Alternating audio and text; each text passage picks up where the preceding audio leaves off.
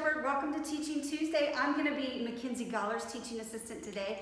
So I'm going to be behind the camera just to give you a face to the voice that you're going to hear. If you put your questions for Mackenzie and your answers, because she's going to be asking you a bunch of questions in the comment section, I'll shout them out to her. We want to thank our sponsors, Ford and T-Mobile, for sponsoring our season. And I'm going to turn it over to Mackenzie. She's got a fun lesson for us today for Snackin Safari. So let's get ready. Hi everyone, how are you? Welcome to Teaching Tuesday. My name is Miss Kenzie. I'm really glad you're here. Man, I really miss you guys. I love teaching. It's kind of what I do, and it's a little different doing it to this camera. I would much rather be doing it with you here at the zoo, but that'll all come soon enough.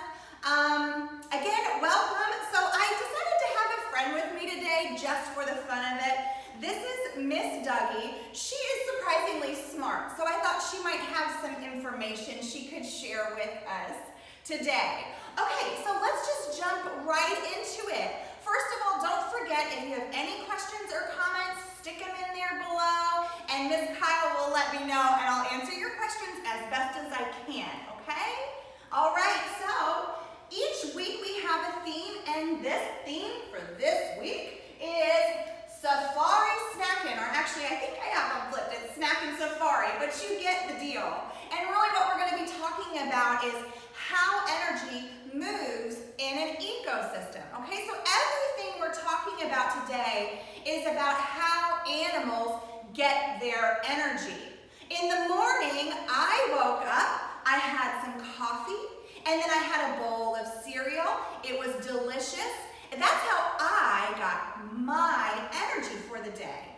I ate a breakfast. Oh, and my gosh, it's 2 o'clock. And then I had a lunch. And so that's how I got my energy. You guys at home, I don't know, maybe you had some oatmeal. Maybe you were lucky enough to have a donut. Maybe you had some chocolate milk. Okay? So you guys are eating or consuming food to get your energy. And animals get their energy in a couple different ways, and we're going to learn about those ways today. All right, when I'm teaching today, I want you to be listening for some different vocabulary words. These are big science words that I'm going to be using throughout the lesson, and then when you hear them, maybe a little bell will go off in that noggin of yours. The first word I want you to be listening for is producer. Consumer, herbivore, carnivore, and omnivore. Okay, so those are going to be our key components that we're listening for today. Let me use my snazzy dazzle, razzle-dazzle you a little bit with that, huh? Okay, so before I even get started, I want to talk about two words that were on there. Consumer versus producer. Before we even talk about the different types of eaters, we need to know what this means so that we can better understand it. The word consumer simply means an organism that feeds on plants and or animals for energy. So they are a consumer. Let's try that. Can you try that with me? Are you ready? I want you to get your favorite snack in your hand, hold it out, and say the word consumer. Mine is definitely going to be chocolate. So when you're putting food into your mouth, you are consuming food. Whether that's a cheeseburger or the oatmeal or a raspberry pie, you're consuming, okay? On the other hand, we have the word producer. And a producer is an organism that makes or produces its own energy. Makes its own energy? What in the world? What on earth could make its own energy? Miss Dougie? What? Hold on, Miss Dougie's saying something. Miss Dougie? She's so She said plants. Good job, Miss Dougie. And she's absolutely right. So plants are producers. They use the energy from the sun to perform something called photosynthesis, and that's how they get their energy. If you've been in class with me, I have taught you the photosynthesis dance. If you've not been in class with me, that's okay. Are you ready? It's very simple. First of all, we gotta be plants, so get your plant, feel like a plant. Then you're gonna get you some sunshine. Get you some sunshine, get you some sunshine, get you some sunshine. Yes, work it. Get you some water with your roots. Then you clap your hands and grow. Sunshine, water, clap your hands and grow. Okay, so plants produce their own energy using water and sunlight and something really fancy called carbon dioxide. I am not a plant. You are not a plant. You and I, Miss Kyle, Miss Dougie, we are consumers. We're going to eat to get our energy. All right? So, here's my question to you. I have a list of some different consumers on the board. I've got a cheetah, people, possum, black bear, gorilla, black-footed ferret, capybara, maned wolf, and jaguar. All of those animals are different types of consumers. I want to challenge you to think of the herbivores. Can you identify the herbivores on this list?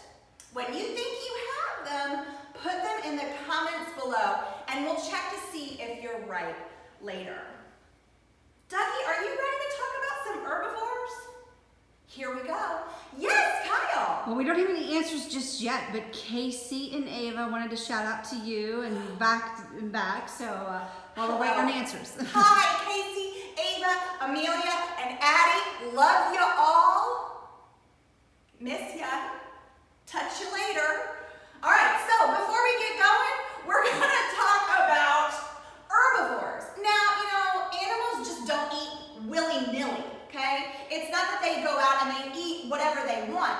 They're going to eat what they're designed to eat. So the structures on their body, the function of those structures allow them to eat certain foods. Herbivores are designed specifically to eat plant matter. And if you didn't know it, plants are really difficult to eat. You know, when you're driving by cows, right? Somebody in the car always is gonna moo at them for some reason, I don't know. But when you're driving by cows and you're watching them eat, you kind of see this motion. Okay, they're really working those jaw muscles up and down. And that's because plants are super fibrous, really very hard to break down. So they've got to be able to grind up that plant matter with some structure. So let's talk about a few of those structures. Herbivores, or plants, let me bring this baby to you. This is the jaw of a giraffe. And if you're making observations on the jaw of this giraffe, you'll notice these very large flat molars. Now, just like we were talking about those cows, these large flat molars are for breaking down that plant matter. They're gonna grind it, and grind and grind and grind. Plants have a really thick cell structure that makes good grinding even more important to be able to do well. All right, so herbivores have got some great big flat molars for grinding. Another thing, a lot of herbivores might have, and we talked about this the other day. If you guys were joining us then, we talked about horns and we talked about tusks. So a lot of herbivores have these structures for protection, okay? This is an addict's horn. Also, a lot of herbivores have this. A hoof. Let me bring it to you. Let me just get this hoof right up here. So, hoofs are really important because what they're going to allow is fast. These hoofs are going to allow these herbivores to move fast and go long distances. We know why they might be running, right? We'll get there soon. All right, so we're talking about big flat teeth, some ways to protect themselves, hooves for distance and speed. Another thing that herbivores are going to rely on are eyes on the sides of their head. Let me bring up this skull for you. If you'll notice, the eyes of this skull are not directly out front. They're on the side, more on the side of the head. Now let's think about that. Why would that benefit an herbivore to have eyes on the sides of their head instead of right out front? What, Dougie? Was it? Yeah. Yes, that is exactly right. Because if you're an herbivore, you are going to want to make sure that you can see all around you. When I'm looking straight forward, I cannot see very far behind me. But not these guys. Because of where their eyes are placed, they have a much greater span of what they can see. And that allows them to look for or identify any dangers that may be lurking in the shadows around them. And if they are there, then they can notify or communicate with their herd or community, which is another great thing. If you think about it, a lot of herbivores live in these social groups. It's just another behavior or adaptation that keeps them safe. All right, so all of these things allow herbivores to live successfully. Miss Kyle, what you got? Well, I don't have any questions, but I wanted to remind everybody to don't forget to put your answers that Miss Kinsey has asked you in the comment section. I'll send them to her and your questions. So the only question we have so far is what kind of snake is Dougie, which you've said before, so go ahead and reiterate. Dougie is a corn snake. So you're going to find these guys right here in Kentucky, right in your backyard. She's beautiful. Now, we'll get there later, but she's a corn snake. She doesn't really eat corn. That would be crazy. We'll talk more about her later. Has anybody told me or identified our herbivores? Let's review. I want you at home to think, which of these animals on this board are herbivores, okay? Their body is designed to process plant matter. Cheetah, people, possum, black bear, gorilla, black-footed ferret, capybara, mange wolf, and jaguar. What do we know or what have we seen to help us answer that? Should I put up the photograph? Girl, let's get it. Woo, there you go. All right, right there on your screen, you are looking at a capybara and a gorilla. That's right. Can you believe it? A gorilla is an herbivore. They're huge. It's crazy. They spend most of their day eating. They eat about 40 pounds of food a day because they're so large that they just keep munching. All right, so here we go. Capybara, which is also the world's largest rodent. That baby might look cute right there, but you heard me right. That is the world's largest rodent and gorilla. Both herbivores. And you know what's really surprising about that? If you can see, I've got a gorilla skull over here. And a lot of people don't think that gorillas are herbivores because of those sharp teeth out front, but indeed meat they are. They're going to use those sharp teeth to get through that really thick fiber for where they live. Okay? All right, so let's talk about one more thing. Sorry. I want to talk about food webs. So food webs is all about how energy moves, right? Where does it start? Where does it end in an ecosystem? So in a food web, where are we going to find herbivores? Well, first we're going to have the producers. The producers get their energy from the, little louder, oh, yes, I got it that time, from the sun. Then the producers give their energy to the herbivores. We call that a primary consumer. First one up there, okay? And a lot of the time, these animals, right, are called, when we talk about deer or addax or capybara, a lot of times we talk about them as prey animals. Somebody might be snicky snacking on them, okay? That's okay too. Let's talk about our next type of consumer. Now, this time I want some answers. I'm not playing around with you guys. I will come to your house. I want you to tell me who are the carnivores, right? Whose body is designed to process meat or flesh? Here we go again. Cheetah, people, possum, black bear, black-footed ferret, maned wolf, jaguar. Which animals are designed to process meat or flesh? Think about it and write them down. But before you do that, maybe you can use a little information. Let's go right to the food web. So when we talk about food webs, again, we're talking about how energy moves through an ecosystem. We're always going to start with the producers, okay? The producers are going to get their energy from the, you guys are so good, yes.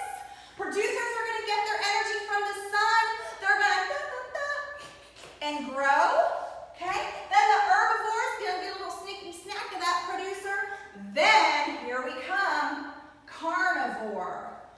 Yes, Kyle, what you got? Got some guesses from Casey. She says cheetah, people, black bear, jaguar. Amy says cheetah.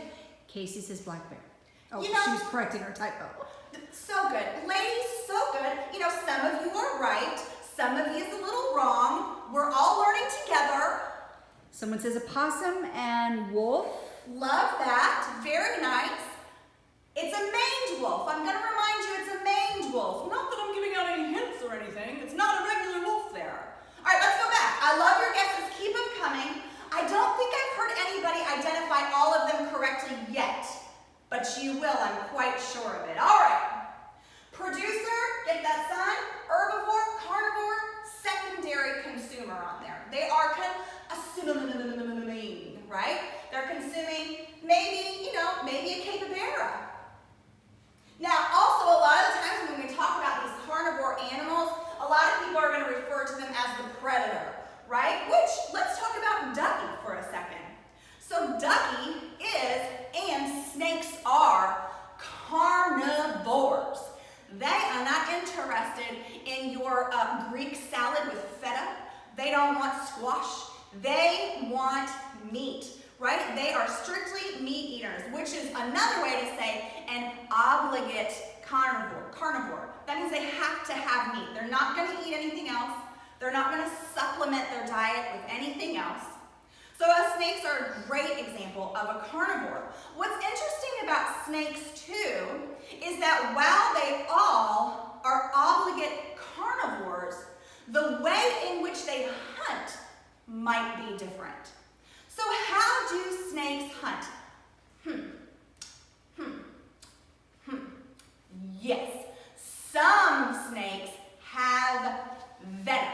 Okay, so some snakes are going to use their venom and inject it into their prey and then gobbly-gobbly-gook. Other snakes, like this snake right here, is something called a constrictor. So she's going to jump out, wrap you up, give you a little hug, maybe another little hug, and then swallow you up, okay? So even though snakes are carnivores, they hunt differently. And a lot of these carnivores hunt differently. So if we come over to here, we can notice that carnivore of, right? Carnivores have really sharp teeth, okay? And those really sharp teeth are going to be great for tearing flesh or ripping meat, all that oogly boogly yummy kind of stuff, okay? They might also not have just really sharp teeth. They might have really sharp claws, and those claws are going to help them maybe hang on if they need to hang on real good, or if they need their claws to help make that animal a little bit more restful, they can use those claws. Or if we think about birds of prey, right? Raptors. Raptors are going to have really long, gorgeous talons and a beak that could really do some serious damage. So paws and claws, and a lot of the time, unlike herbivores, they're not as often grouped. A lot more often, you're going to find these guys solitary, and that's going to reduce the competition. So a little bit different, okay? When we talk about carnivores, we talk about sharp teeth. Oh, yes, Kyle. A couple more guesses. Tara says cheetah and black bear. Okay. G. Vinton says, we was talking about some squeeze on that snake you were talking about. And then Lucy says cheetah, jaguar, and black-footed ferret. Cheetah, jaguar, and black-footed ferret. Who was that? That is Miss Lucy. Lucy, girl, I knew somebody be coming through, Lucy. Very good job, Lucy. You got them. So those are going to be our carnivores, right? Our meat eaters. And then, last thing I want to say about these guys is that they don't have their eyes on the side. They're not as worried about looking out, keeping their group safe. They're worried about 3-dimension. How far do I jump? How do I ambush you? So their eyes are going to be right out on the front of their skull, looking right at you, ready to come right for you. Great. So the last thing on our list, for those of you that were paying attention, we only have a few left, right? So we talked about carnivores. Cheetah, definitely a carnivore. Black-footed ferret. By the way, if you don't know about our black-footed ferret program, you got to get on the internet and Google that after this, because we have a fabulous black-footed ferret program here at the Louisville Zoo. And I don't have a question, but I did, since you're talking about black-footed ferret, John Wozniak yesterday and asked the director session, said that we're going to go live there in a few weeks. Maybe Monday we might be live there from the Conservation Center. So pay attention. Our Conservation Center is so cool. If you don't know about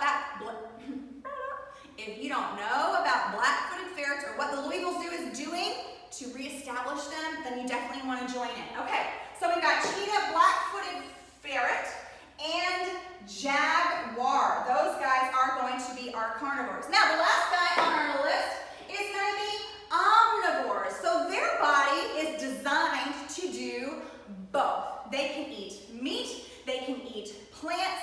Their body is designed to process both of those things. So if you look up here, we have a couple choices left, and we know that they are people like you and I. Our body is designed to eat meat and plants. Now, we can make the choice to not eat one or the other, but our body is designed to process both. Possums. Woo! A possum will eat just about anything, right? They are scavengers. They are out there to take a little snickety snack of anything they can find. Where are you going, Dougie? Black bears. Black bears also, they're going to eat fish, they're going to eat berries, their bodies can handle a lot of different things. Now, what's interesting about black bears is that not all bears are omnivores. There are bears that are strictly herbivores. Does anybody know what that herbivore bear is? There's also a bear that is a carnivore. So there's all different kinds of bears. Even though they have very similar structures, there are different types of eaters just in the same family. And mange wolf. Mange wolf is very cool. So if you're one of those animals, you are going to have a combination of all of those structures and functions that we talked about earlier. By the way, the girls in that picture are beautiful. I might know them a little bit. Okay, thank you so much for joining me. And don't forget to come tomorrow. Me and Kathleen are going to bring out and show you some of the eaters that we have here at the Louisville Zoo. We're going to give them a little sneaky